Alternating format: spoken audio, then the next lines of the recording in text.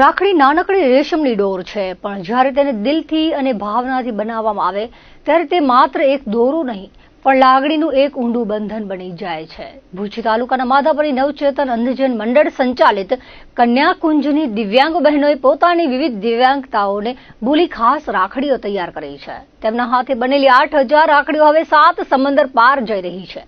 દિવ્યાંગ કન્યાકુંજના કોર્ડિનેટર રીમા ભાટિયાએ વિગતો આપતા જણાવ્યું હતું કે સંસ્થાના ગીતાબેન ભટ્ટના માર્ગદર્શન હેઠળ દિવ્યાંગ બહેનોએ કોટન દોરા, મોતી, રુદ્રાક્ષ, ઓમ, સ્વસ્તિક, ગોલ્ડન અને ડાયમંડ બોલ જેવી વસ્તુઓથી રંગીન અને રોચક રાખડીઓ બનાવી છે.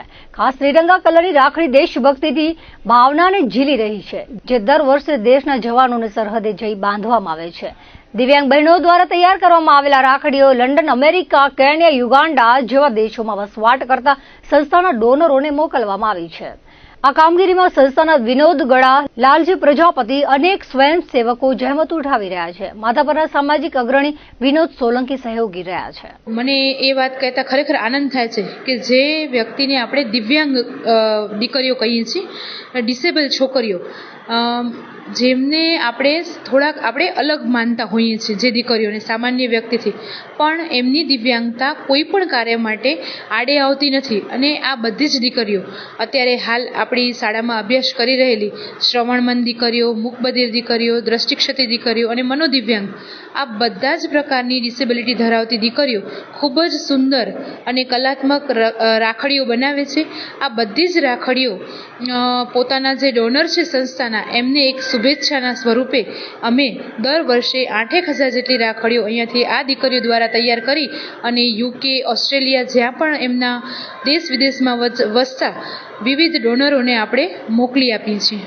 દીકરીઓને એક તો પ્રોત્સાહન એ મળે છે કે એમણે જાતે બનાવેલી રાખડીઓ હોય છે, અને એમના દ્વારા બનાવેલી રાખડીઓ જ્યારે એ ડોનરને મોકલાવે છે ત્યારે પોતે જાતે આનંદ અનુભવે છે.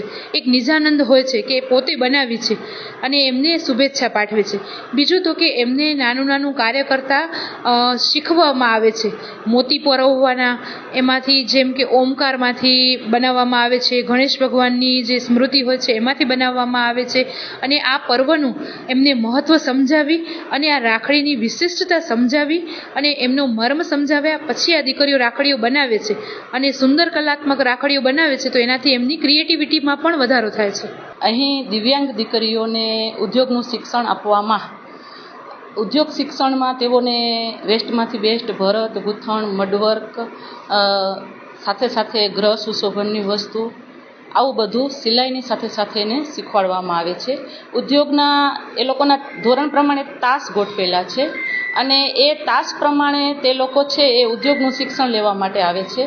અને એ ઉદ્યોગ શિક્ષણ લેતા અમે લોકો જે ઉત્સવ આવે છે એ ઉત્સવ અંતર્ગત પણ એઓને શિક્ષણ આપીએ છીએ. જેવી રીતે રક્ષાબંધનનો તહેવાર નજીક આવી રહ્યો છે તો દીકરીઓને રાખડી બનાવવાનું પ્રશિક્ષણ મેળવે છે. ત્યાર પછી દિવાળી હોય તો ગ્રીટિંગ્સ કાર્ડ બનાવવાના અને દીવા શણગારકા અને દીવા બનાવવાના પણ.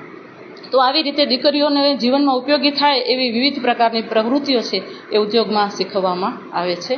દાખલા તરીકે અહીં તો મનોદિવ્યાંગ દીકરીઓ, મૂકબધિર દીકરીઓ અને પ્રજ્ઞાચક્ષુ દીકરીઓ, એ દીકરીઓ જ્યારે પ્રશિક્ષણ મેળવવા માટે આવે છે ત્યારે દાખલા તરીકે જેઓને રાખડી બનાવતા શીખવાડું છું તો તેઓને મોતી અલગ અલગ કરી એક વાટકામાં મૂકી ને લાઇનસર વાટકા ગોઠવી અને પછી વારાફરતી એ લોકો વાટકામાંથી મોતી લઈ અને પ્રજ્ઞાચક્ષુ દીકરીઓ આવી રીતે રાખડી બનાવી રહી છે.